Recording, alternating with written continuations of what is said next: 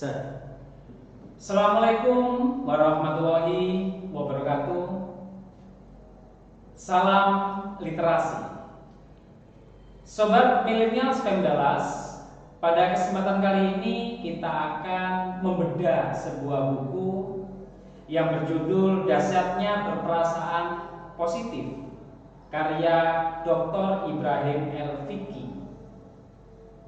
Pada kesempatan juga kita akan kedatangan tamu, ada Ustadzah Ulan yang bersama-sama akan membahas mengenai pesan moral, mengenai nilai kandungan, dan kira-kira apa yang menjadi pembelajaran terbaik untuk kita yang ada dalam buku ini.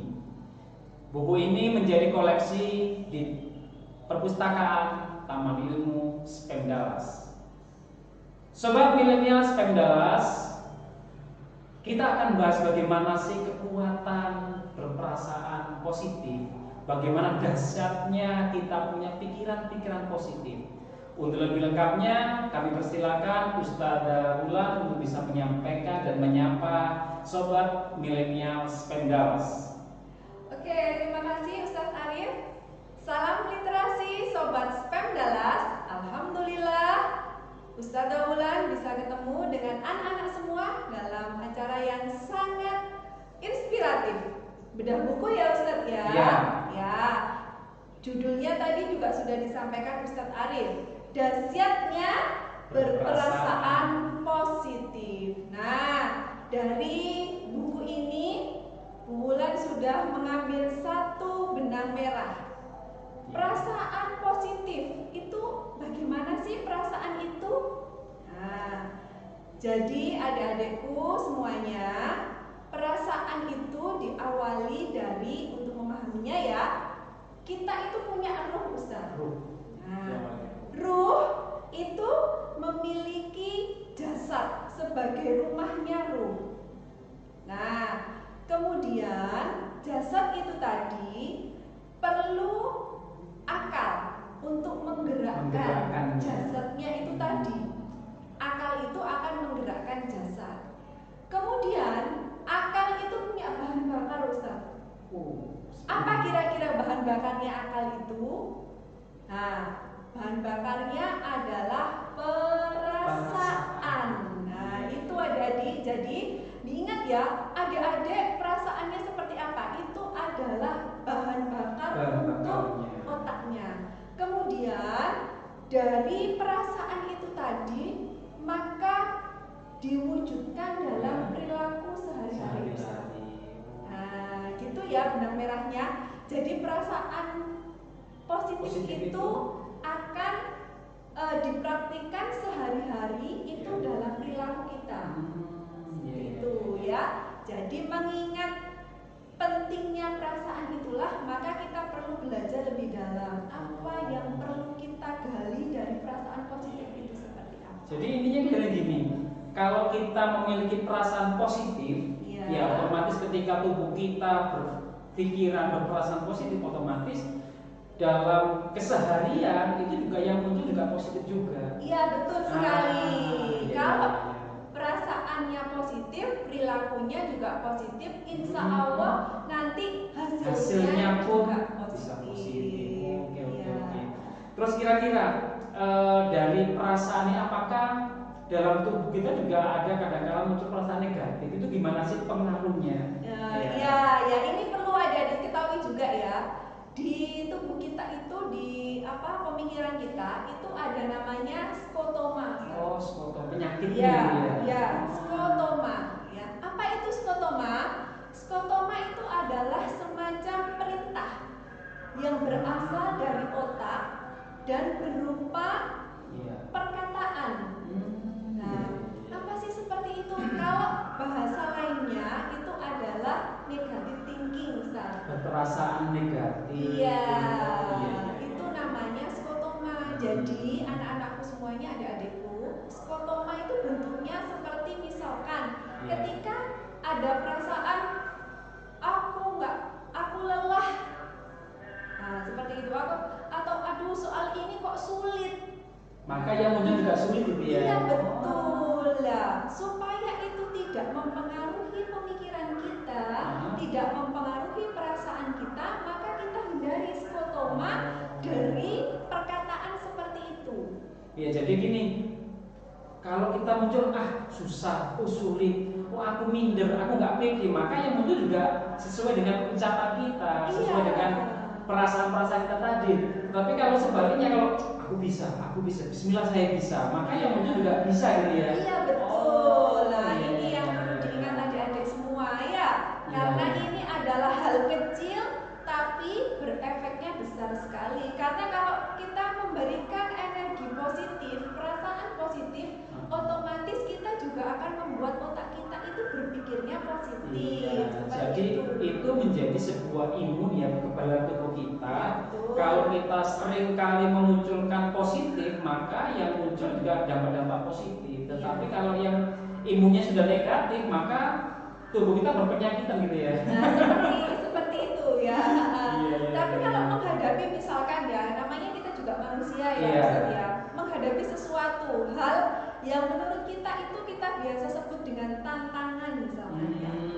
Lah ini supaya tidak muncul skotoma, maka ada tipsnya. Gimana tipsnya? Caranya yang pertama, kita itu harus menganggap bahwasanya tantangan itu datangnya dari Allah.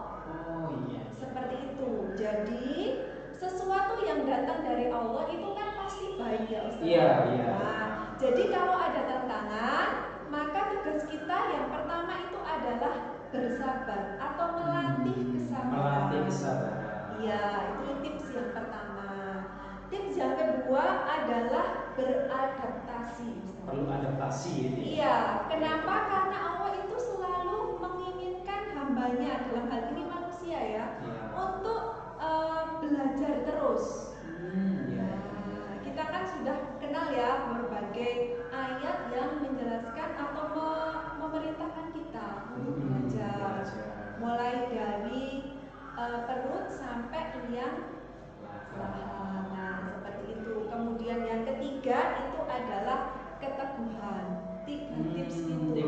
Itu yang nanti bisa membangun diri gitu ya, supaya lebih baik dan lebih baik. Jadi tantangan itu adalah sebuah proses belajar. Dan saya yakin kalau kita kembalikan pada sang Kholik bahwa itu datangnya dari Allah Subhanahu wa taala, maka yang muncul kebaikan. Oke. Pak Arif, ini Ustaz tadi teringat bahwa ketika berpikiran negatif sama dengan kalau dalam buku itu ada yang namanya otak kadal gitu ya. Kalau kita males, lemes gitu ya, yang muncul juga otak kadal itu gitu ya. Iya. Jadi kalau saya bisa garis bawahi bahwa berpikiran positif itu sangat luar biasa. Maka dalam buku ini Dr. Ibrahim ini menggarisbawahi bagaimana dasarnya berpikiran positif, dan ini harus kita munculkan, jangan sampai kebalikannya. Yang muncul adalah berpikiran negatif dan sebagainya, maka yang muncul juga hasil-hasil yang negatif juga gitu ya. Oke, kira-kira ada lagi nggak yang menarik Ustaz?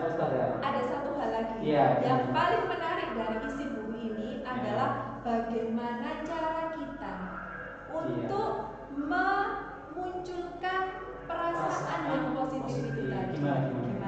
Yang pertama adik-adik ya, ini Ustaz Daula catat dari rangkuman dari buku-buku itu. Yang pertama adalah yang adik-adik lakukan. Memang ini tidak mudah, tapi perlu terus dipraktikkan. Iya, dipraktikkan setiap hari. Iya. Kebiasaan gitu ya. Iya betul.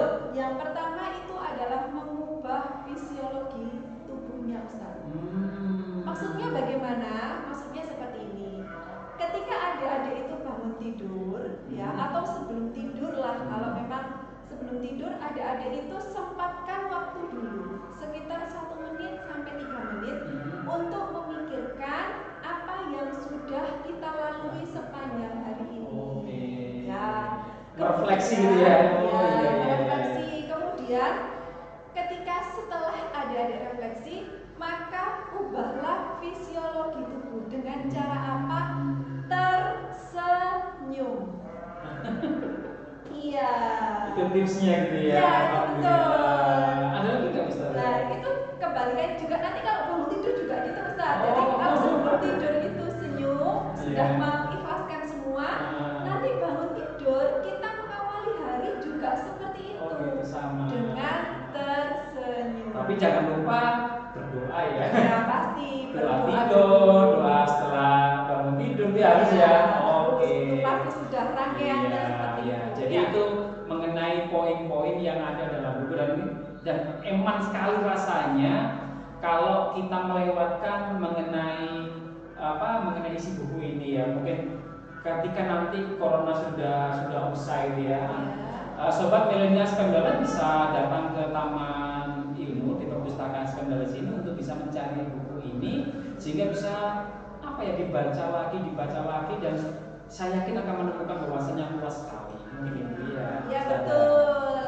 Jadi itu tadi ya, adik-adik istilahnya satu trik lah bagi diri kita untuk bisa memunculkan perasaan positif itu. Banyak, misal juga bisa seperti ini. Selain senyum misalkan ya, bisa juga ketika kondisi kita sedang negatif.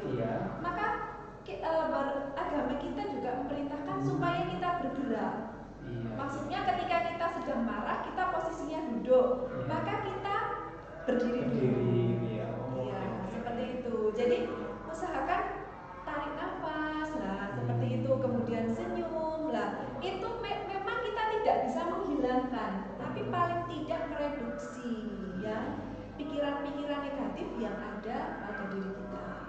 Oke, sobat milenial Pemdalas, yang diutarakan oleh Ustazah Wulan itu sangat tepat sekali dan itu bisa kita ambil hikmah dan pesan moral yang sangat luar biasa supaya kita bisa memproduksi supaya imun kita, daya kreatif kita, daya positif kita bisa menimbulkan dan menghasilkan hal-hal yang positif juga dan itu ada dalam diri kita semua.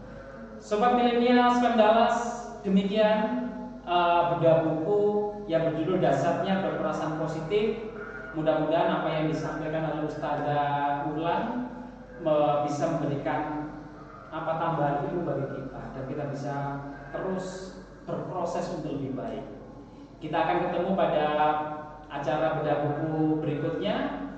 Demikian sobat milenial Skandalas dari kami. Assalamualaikum warahmatullahi wabarakatuh. Waalaikumsalam. Salam literasi.